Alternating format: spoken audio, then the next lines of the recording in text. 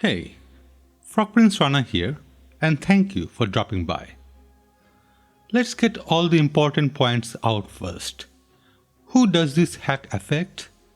Well, all iPhone users using the latest iOS version 14. Who should be most worried? If you have annoyed any big government, then you should really be worried. This list also includes heads of state, activists, journalists and lawyers around the world. How bad is the hack? It's really bad. Finally, how to mitigate? For this particular issue, the only option right now is to disable iMessage and FaceTime on your iOS devices. So with that out of the way, let's talk a bit more about the hack itself, starting with why it's really bad. Normally, to infiltrate a system, the attacker somehow convinces the end user to run some kind of action, which then in turn install the actual malware. The malware itself can be data harvesting, ransomware, and so on. There are also methods like bad USB, where the user would plug in a USB key, which with auto-run enabled would run the attack vector. Simply put, there are actions needed by the end user. This is why a security expert would always suggest to never click a link or open an attachment from untrusted sources. Even for trusted sources, one should really run any attachment through antivirus, and for link, maybe use a browser with sandboxing. I have a couple of videos that you might find helpful on protecting yourself from this kind of attack. These are also called one-click exploit, which can refer to a message or email that you may have received. Opening the message itself wouldn't do anything. But once you click the link, that's when things will go south.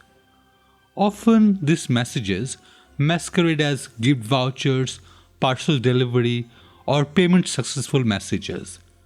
Even I have received such messages. And when I'm really curious, I normally copy the link to a virtual machine and open it in Sandbox browser. Then there are zero-click exploit, meaning no action is needed from the user. This is obviously a lot more scarier, as the user has no control over it. For example, in 2019, WhatsApp revealed that NSO's software had been used to send malware to more than 1,400 phones by exploiting a zero-day vulnerability. Simply by placing a WhatsApp call to a target device, malicious malware could be installed on the phone, even if the target never answered the call. More recently, NSO had been exploiting vulnerabilities in Apple's iMessage software, giving its backdoor access to hundreds of millions of iPhones. Apple says it is continually updating its software to prevent such attack. Now, before getting into the recent hack, let's meet the actor. First, a little prelude. End-to-end encryption is technology that scrambles messages on your phone and unscrambles them only on the recipient's phones, which means anyone who intercepts the messages in between can't read them. Dropbox, Facebook, Google, Microsoft, Twitter, and Yahoo are among the companies whose apps and services use end-to-end encryption.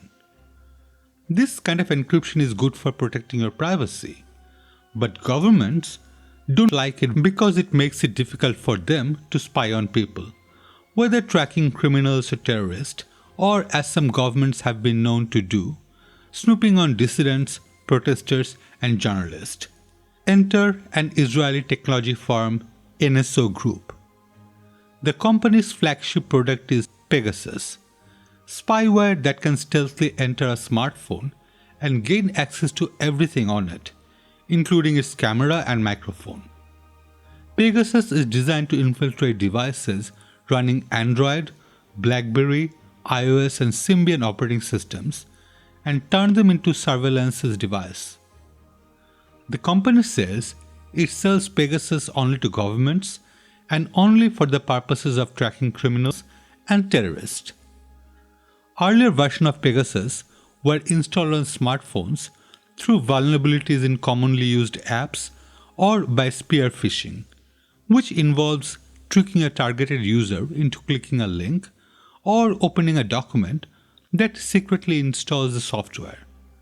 It can also be installed over a wireless transceiver located near a target or manually if an agent can steal the target's phone. As mentioned earlier, NSO was able to install Pegasus using a missed WhatsApp call and could even delete the record of the missed call, making it impossible for the phone's owner to know anything is amiss. Another way is by simply sending a message to the user's phone that produces no notification. Once installed, Pegasus can theoretically harvest any data from the device and transmit it back to the attacker. It can steal photos and videos, recordings, location records, communications, web searches, passwords, call log, and social media posts.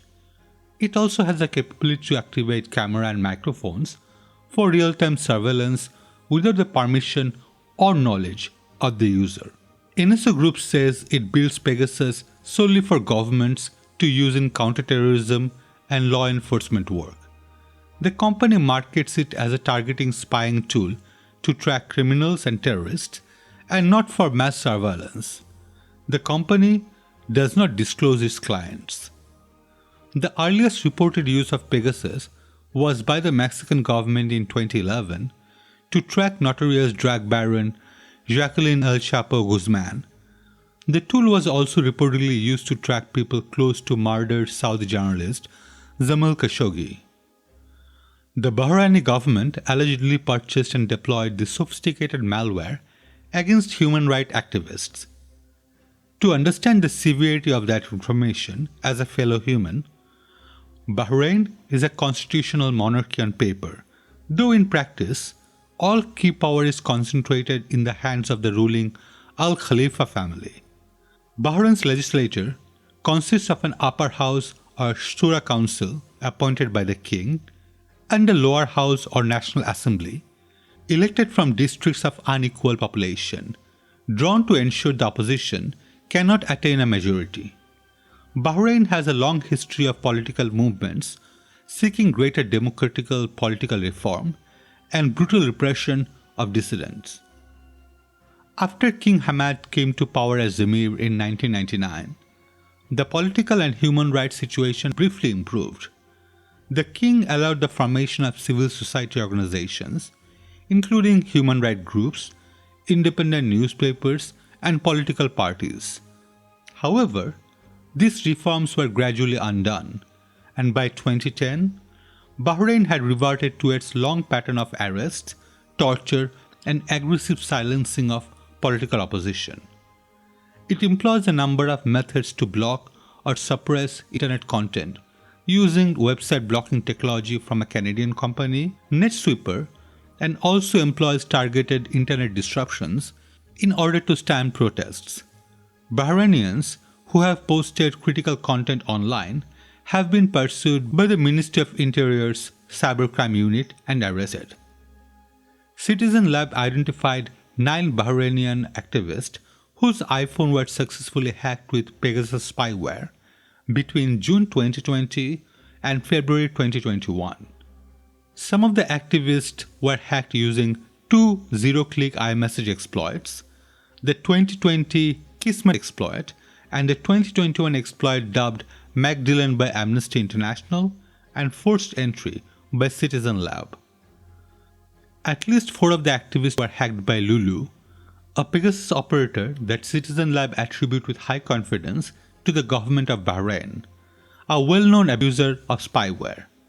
One of the activists were hacked in 2020 several hours after they revealed during an interview that their phone was hacked with Pegasus in 2019. Apple did make a major push to comprehensively address iMessage zero clicks in iOS 14. The most prominent of those new features, BlastDoor, is a sort of quarantine word for incoming iMessage communication that's meant to weed out potentially malicious components before they hit the full iOS environment. The BlastDoor has two important security implications. First, the service allows sandboxing rules to be applied across the pipeline when a message is received on a phone. This means that when a message is received, the processes on the back end execute code separately from the operating system. Only two processes, IM Transfer Agent, which handles message file transfer, and APSD, Apple's push notification service daemon, are required to perform network operations. Second, BlastDoor is written in Swift, which is a memory-safe language. This should make it significantly harder to introduce memory corruption vulnerabilities into the code base. In previous version of iOS, when a message was sent, the parsing would occur in the instant messaging agent iMessage. To parse a message in iMessage, the binary data would first be decompressed, then the plist, also known as property list, an extension used to save preferences of applications, would be decoded from its binary serialization format. The various fields would be extracted to ensure they have the correct type. And finally, the xfields content of the iMessage format would be decoded using an XML decoder. If an iMessage contained an attachment, additional steps would also be taken for parsing. In the new BlastDoor service, main processing flow still begins in iMessage, which receives the raw payload bytes, but then the messages are forwarded to the BlastDoor service. Inside BlastDoor, the processes of both parsing messages and attachments mostly occur in BlastDoor framework and message BlastDoor service. Though iOS 14.7.1 was meant to fix such hacks, Citizen Lab states this new attack has found a different method of attack. Speaking to TechCrunch, Apple said it unequivocally condemns cyber attacks, but declined to say whether or not iOS 14.7.1 was able to combat the new threat.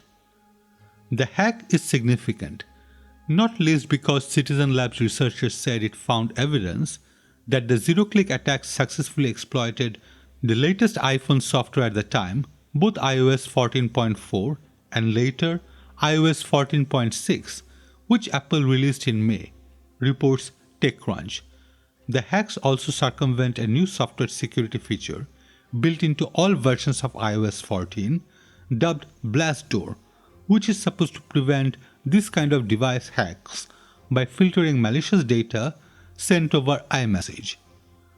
Ivan Kristic, head of Apple's security engineering and architecture, told ThreatPost that attacks such as the ones described by Citizen Lab are highly targeted and thus nothing to worry about. Well, that is a matter of opinion, right? Ultimately, only you can decide if you should worry about it or not.